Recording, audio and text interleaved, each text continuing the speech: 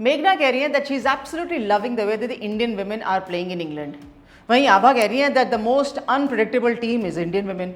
संदीप भी कह रहे हैं कि स्ट्रॉन्ग मिडिल ऑर्डर चाहिए एंड ऐसे पावर हिटर्स चाहिए जो स्पिनर्स को एट विल शॉट्स लगा सकें। तो ये सबके व्यूज़ हैं, कुछ सवाल भी हैं, कुछ ओपिनियंस भी हैं और कुछ व्यूज़ भी हैं, सब कुछ यहीं डिफरेंट स्ट्रोक्स पर।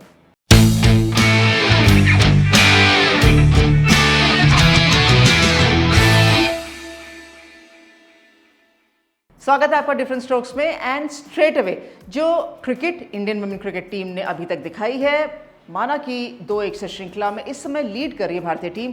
आखिरी मैच रिजल्ट फेवर में नहीं गया, लेकिन एक चीज़ है, जिस तरीके से मिडिल ऑर्डर ने रिस्पॉन्सिबिलिटी ली है, Amanjot, Harleen, Jamie and everyone else contributing in the bowling department, मुझे लगता है कि ये एक सबसे बड़ा पॉजिटिव साइन है, इन अ गुड वे, एक टिक है। फिर भी बहुत सारे ओपिनियंस हैं, जैसे मैंने बताया, आभा पूछ रही हैं कि ये तो बिल्कुल इनकंसिस्टेंट टीम है, क्या करते रहते हैं, कभी भी कैसे भी खेलते हैं। तो ये उनका ओपिनियन है, एब्सोल्युटली राइट, बिकॉज हम चाहते हैं कि इंडियन टीम स्टेप अप करे, ना कि स्टेप डाउन करे।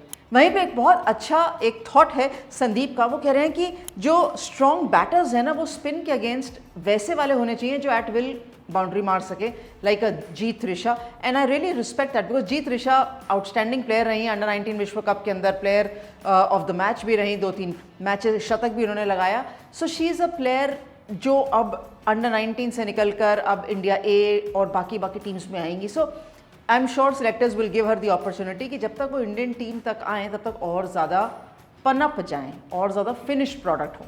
वैष्णव का सवाल है कि do you think that we should go with 5 bowlers in England?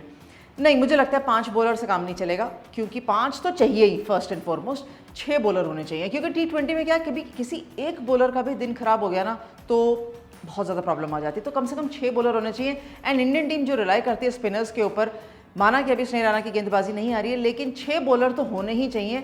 थोड़ा सा ड्रॉबैक इंडियन टीम का ये है कि जो ऊपर के 3 बैटर है ना, वो गेंदबाजी करते नहीं हैं, उनमें से भी थोड़ा सा भी कोई अच्छा बॉलिंग कर लेना तो एक और एडेड एडवांटेज हो जाए भारतीय टीम का। फिर हम सोच सकते हैं कि हम 5 स्पेशलिस्ट बॉलर और 1 या 2 ऑलराउंडर की श्रेणी में प्लेयर हम खिला सकते हैं, अदरवाइज 6 बॉलर होने चाहिए। वैष्णव का एक और सवाल है कि Shefali is unable to repeat है परफॉर्मेंसेज जो उन्होंने WPL में करी है, डोमेस्टिक क्रिकेट में करी। Absolutely right. देखिए, domestic cricket and international cricket बीच में कहीं ना कहीं WPL भी है, वो थोड़ा सा अंतर है, थोड़ा भी नहीं, मैं कहूँगी बहुत ज़्यादा अंतर है। एंड जब वो ड्रॉप हुई हैं तो उन्होंने डोमेस्टिक में जाके रन किए हैं, WPL में भी अच्छी परफॉर्मेंस दी है, लेकिन वो रिप्लिकेट करना जो है ना, वो इतना आसान नहीं है, थोड़ा सा मुश्किल है एंड चैलेंजिंग भी है, बिकॉज आपको पता है कि आप वापस आ रहे हैं, आपसे एक्सपेक्टेशन है, एक्सेट्रा एक्सेट्रा। तो थोड़ा सा समय देना चाहिए हर खिलाड़ी को सेटल होने के लिए। एंड ये मत भूलिए कि शेफाली जब इंडियन टीम में आई थी ना, तो बहुत यंग थी, अभी भी बहुत यंग है, महज 21-22 साल की है। सो थोड़ा सा टाइम लगेगा मैच्योर होते हुए। मैं भी चाहती हूँ कि बहुत जल्दी मैच्योर हो जाए, बहुत अच्छा मैच विनर बन जाए, लेकिन थोड़ा सा हमें पेशेंट होना चाहिए उनके साथ। इसी एक्सटेंशन में ऑफकोर्स सिमिलर सवाल है फैशन कैटलॉग का कि short ball is an opportunity for Shefali to conquer, what area can she be more consistent in? सबसे पहले तो of course she has to decide कि उनको खेलना कैसे, किस तरीके से उनको अपनी बैटिंग अप्रोच करनी है। स्टंप से हटकर खेलना है, खड़े रह के स्टेबल बेस से मारना है। So that's something that every batter needs to decide. छोटी गेंद पे वो वीक है, उन्होंने मेहनत कितनी करी है वो उनको पता है, लेकिन अभी तक जो है ना, इंग्लैंड के bowlers are getting the better of Shefali. Hitting from a stable base, countering the short ball या फुलर लेंथ बॉल या अवे गोइंग डिलीवरी, ये हर बैटर की एक अपनी पर्सनल टेक्निक है। मैं मानती हूँ कि अभी तक इतने साइंस नहीं दिखाई है शेफाली ने, लेकिन आई am sure it's work in motion चल रहा है, वर्क इन प्रोग्रेस चल रहा है, एंड आगे चल के थोड़ा सा और इम्प्रूवमेंट दिखनी चाहिए, और मैं समझती हूँ कि बहुत जल्दी दिखनी चाहिए। But of course it's in the hands of the batter and the player herself. Rashi Tripathi का सवाल है कि Jemi should be at 3 as she can handle any situation. Yes she can, and I think she is been very impressive. मेरे को भी लगा था कि उस दिन सेकंड T20 के अंदर हरलीन को खिलाना चाहिए था और जेमी को नीचे ही खेलते या नीचे ही छोड़ते तो कहीं ना कहीं वो बैटिंग ऑर्डर लंबा होता। बट जिस तरीके से उन्होंने अमनजोत के साथ 90+ रन की पार्टनरशिप करी, जो इनिंग्स बिल्ड करी, जो इनिंग्स शोकेस करी, इट वॉज़ वेरी इंप्रेसिव।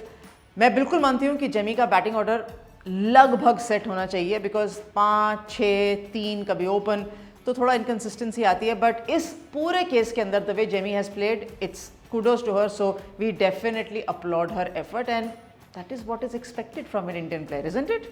एक और सवाल है एवेज का कि Jemi is hidden gem of Indian team. Well yes she is, but she is not a hidden gem any more, she is a bright shining star of the Indian women's cricket team. एंड इसी तरीके से चमकते रहे, उभरते रहे तो भारतीय टीम के पास एक और अच्छा डिपेंडेबल बैटर मिल जाएगा तीनों फॉर्मेट्स में।